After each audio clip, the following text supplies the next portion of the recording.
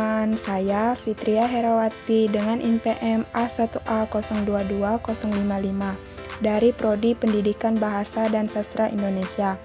Baiklah, di sini kita akan membahas tentang konsep dasar pendidikan dengan dosen pengampu, yaitu Dr. Muhammad Kristiawan, MPD.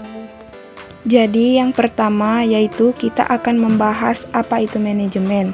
Menurut Terry, manajemen adalah kemampuan mengarahkan dan mencapai hasil yang diinginkan dengan tujuan dari usaha-usaha manusia dan sumber lainnya. Sedangkan menurut Hersey dan Blanchard, manajemen adalah proses bekerja sama antar individu dan kelompok serta sumber daya lainnya dalam mencapai tujuan organisasi adalah sebagai aktivitas manajerial.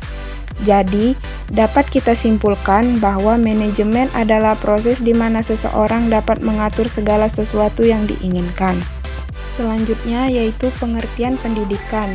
Menurut Langefield, pendidikan adalah setiap usaha, pengaruh, perlindungan, dan bantuan yang diberikan kepada anak tertuju kepada pendewasaan anak itu, atau lebih tepat membantu anak agar cukup cakap melaksanakan tugas hidupnya sendiri.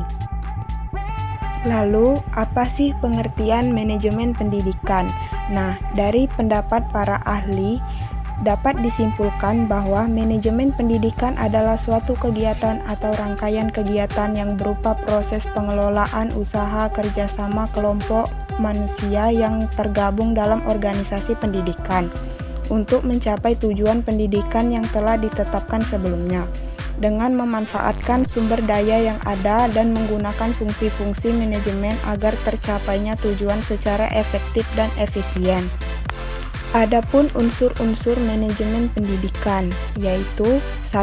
Man atau manusia, berperan sebagai manpower dalam organisasi.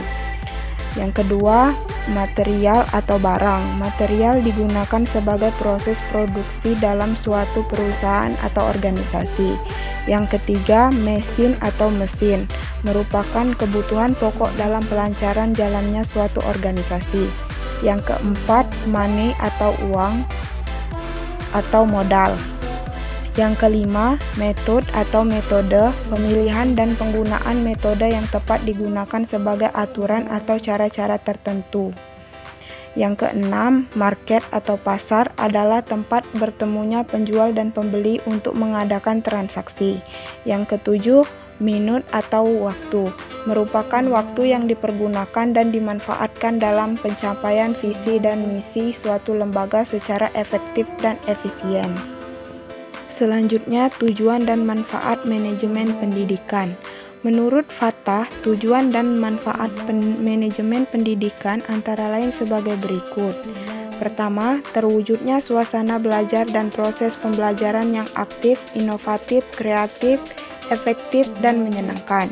Yang kedua, terciptanya peserta didik yang aktif mengembangkan potensi dirinya untuk memiliki kekuatan spiritual, keagamaan, pengendalian diri, kepribadian, kecerdasan, akhlak mulia, serta keterampilan yang diperlukan dirinya.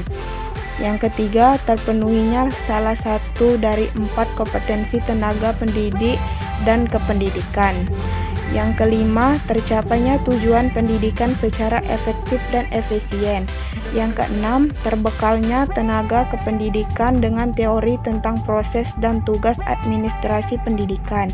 Yang ketujuh, teratasinya masalah mutu pendidikan. Selanjutnya, pembagian manajemen. Manajemen terdiri dari 3 bagian. Yang pertama, manajemen puncak atau top manajemen, disebut juga dengan manajemen institusional atau eksekutif atau key eksekutif, terdiri dari dewan direktur, direktur utama atau CEO. Yang kedua, manajemen menengah atau middle management, disebut juga dengan manajemen administratif, terdiri dari pimpinan pabrik atau para manajer divisi. Yang ketiga, manajemen pelaksanaan atau operating management, disebut juga dengan manajemen penyedia atau supervisory management. Adapun komposisi keterampilan manajemen, Yang pertama, keterampilan teknik atau technical skills merupakan kemampuan untuk menggunakan alat-alat, prosedur, teknik suatu bidang khusus. Yang kedua, keterampilan manusiawi atau human skills merupakan kemampuan untuk bekerja dengan orang lain, memahami orang lain, dan mendorong orang lain baik sebagai perorangan maupun kelompok. Yang ketiga, keterampilan konseptual atau conceptual skills merupakan kemampuan mental untuk mengkoordinasi dan memadukan semua kepentingan dan kegiatan organisasi. Selanjutnya, ruang lingkup manajemen pendidikan.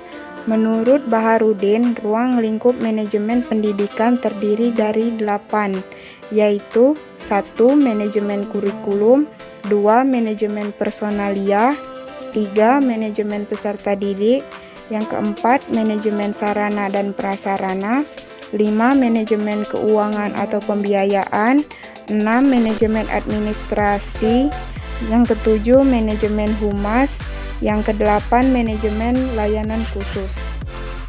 Adapun prinsip-prinsip dari manajemen pendidikan. Drucker 1995 melalui MBO atau Manajemen by Objective memberikan gagasan prinsip manajemen berdasarkan sarana sebagai suatu pendekatan dalam perencanaan. Penerapan pada manajemen pendidikan adalah bahwa kepala dinas memimpin tim yang beranggotakan unsur pejabat dan fungsional dinas dan stakeholder untuk merumuskan visi, misi, dan objektif dinas pendidikan. 7 langkah MBO antara lain: 1. Membentukkan hasil akhir apa yang ingin dicapai oleh sekolah. 2. Menganalisis apakah hasil itu berkaitan dengan tujuan sekolah. Yang ketiga, berunding menetapkan sarana-sarana yang dibutuhkan.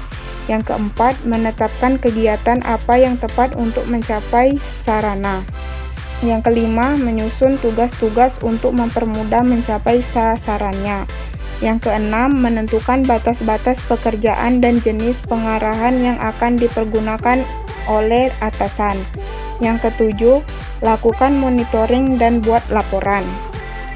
Nah, itulah pembahasan seputar materi konsep dasar pendidikan.